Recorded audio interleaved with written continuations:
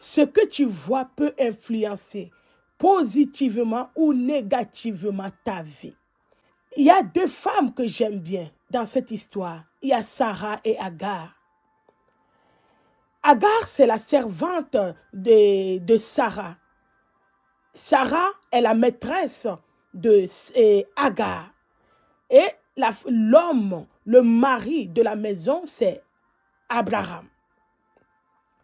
La servante Agar, quand Agar est arrivée dans la maison de Sarah comme servante, cette femme, cette fille, elle a vu beaucoup de choses. Elle est rentrée dans une maison où elle a vu une femme stérile, une femme qui n'a pas d'enfant, une femme qui a le cœur brisé, une femme qui attend ardemment un enfant, une femme âgée en âge, une femme qui a tout, qui a l'argent, qui a tout. Parce que Sarah, son mari, Abraham, c'est un homme qui est béni en or, c'est un homme qui est béni en troupeau, c'est un homme qui est béni en serviteur. Ce couple avait tout à leur disposition. Mais ce qui manquait dans ce couple, c'est un enfant. C'est le cri d'un enfant. Donc, quand Agar est dans cette maison, elle a vu cette femme, Sarah. Elle a vu les pleurs de Sarah.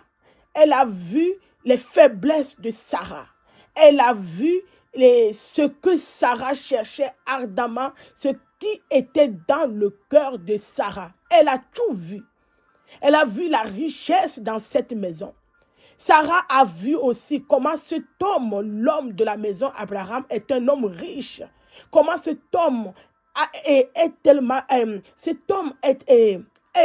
tellement béni. Si ce couple n'avait pas l'argent, ils ne pouvaient pas prendre une servante. Dans leur temps, si ils ont pris une servante, ça prouve que ce couple a les moyens financiers. Ce couple a tout ce qu'il faut. Donc, ce couple est béni. Donc, Agar, elle a tout vu dans cette maison. Elle a vu l'homme, elle a vu la femme.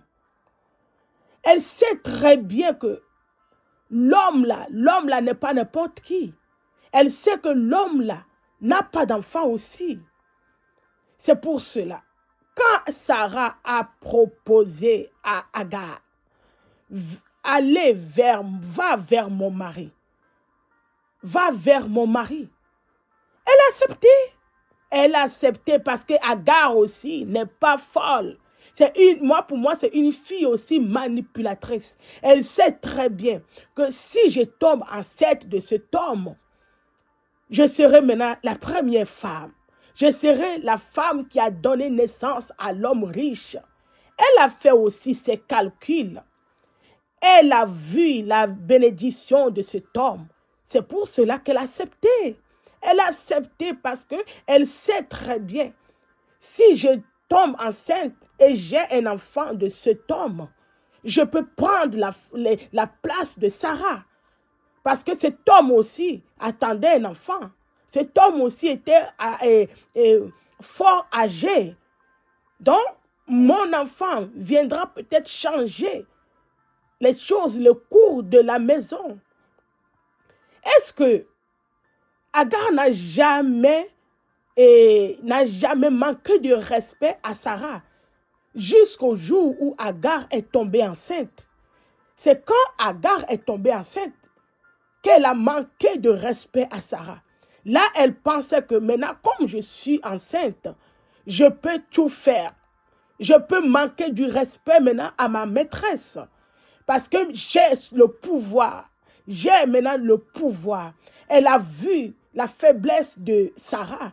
Et elle pense que maintenant je suis tombée enceinte, je peux manquer de respect à Sarah. Elle a tout vu. Elle a vu.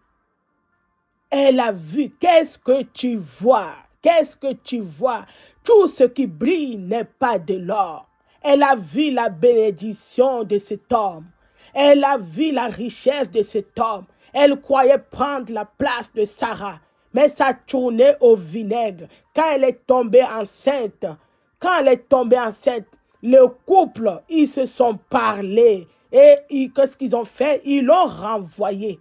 Ils l'ont renvoyée. Elle avait ses plans. Elle avait ses plans. Elle croyait que si je tombe enceinte, je deviendrai la maîtresse de la maison. Elle avait ses plans, mais le plan n'a pas fonctionné. Tu fais quoi comme plan? Tu fais quoi comme plan? Tes plans, si tu n'associes pas tes plans au plan de Dieu, tu vas échouer. Elle a fait son plan à elle, mais ça n'a pas marché. Ça n'a pas marché. Elle a vu les bénédictions. Elle a vu tout ce qui est dans cette maison. Mais quand le moment est arrivé, qu'elle bénéficie. Quand le moment est arrivé, qu'elle puisse bénéficier de ce moment, ils l'ont rejeté, ils l'ont envoyé. Elle n'a pas pu profiter de la bénédiction de cette maison. Elle n'a pas pu profiter. Ils l'ont renvoyée dehors, étant même enceinte.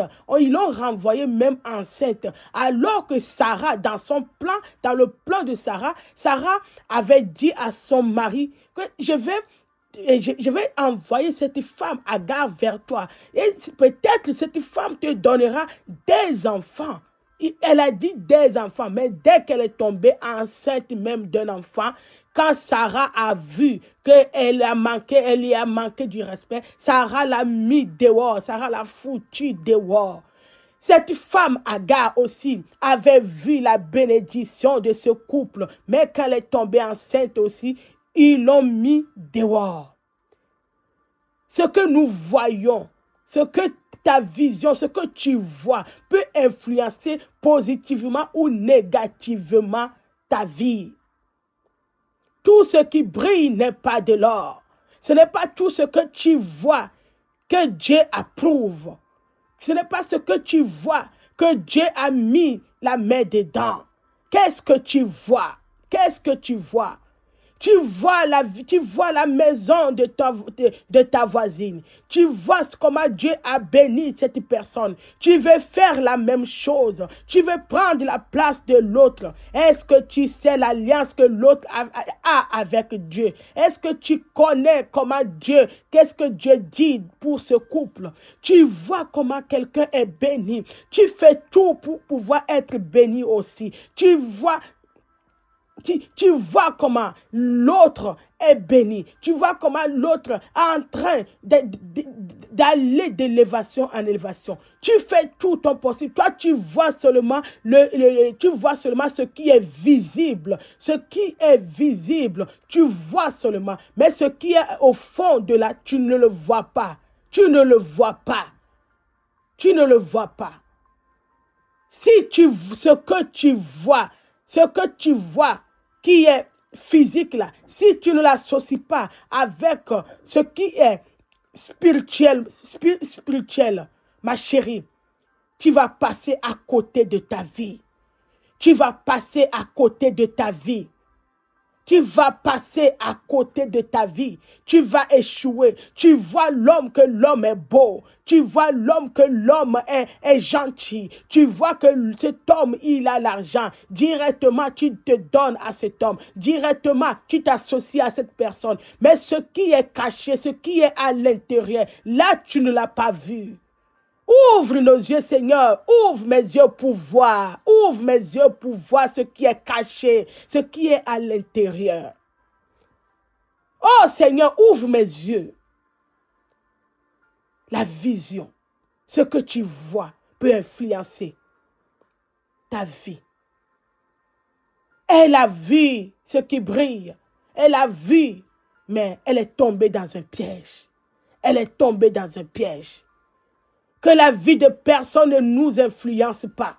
Que la bénédiction de personne ne nous influence pas. Si Dieu a béni l'autre, gloire à Dieu. Si l'autre va de l'avant, gloire à Dieu. Moi aussi, j'ai ma vie. Moi aussi, j'ai ma destinée. Moi aussi, j'ai mes projets avec Dieu. Si Dieu a pu faire pour l'autre, s'il décide de faire pour moi, que sa volonté soit louée.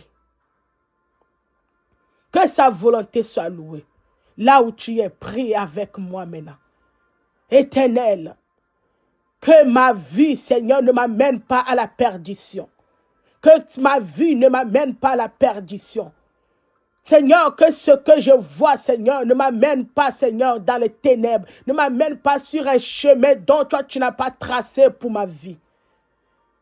Éternel, ouvre mes yeux pour voir au-delà de ce que mes yeux physiques voient. Que mes yeux physiques s'ouvrent pour voir, Seigneur, ce qui se cache à l'intérieur de ce que mes yeux physiques ne voient pas. Ouvre mes yeux, Seigneur, pour voir, Papa. Ouvre mes yeux, Seigneur, pour sonder, Seigneur, Papa. Oh, Éternel, que je ne tombe pas dans le piège de ce que mes yeux physiques voient. Que je ne tombe pas dans les pièges que les hommes ont piégé pour moi. Que je ne tombe pas dans un trou, Seigneur, que moi-même j'ai creusé par ma propre faute, Papa. Ouvre mes yeux pour voir, Seigneur. Ouvre mes yeux pour voir, Seigneur. Ouvre mes yeux pour voir. Alléluia. Merci, Papa. Que mes yeux s'ouvrent pour voir, Seigneur, à l'intérieur et à l'extérieur. Que la vie d'une personne, Papa, n'influence pas ma vie. Au nom puissant de Jésus-Christ, j'ai prié. Amen.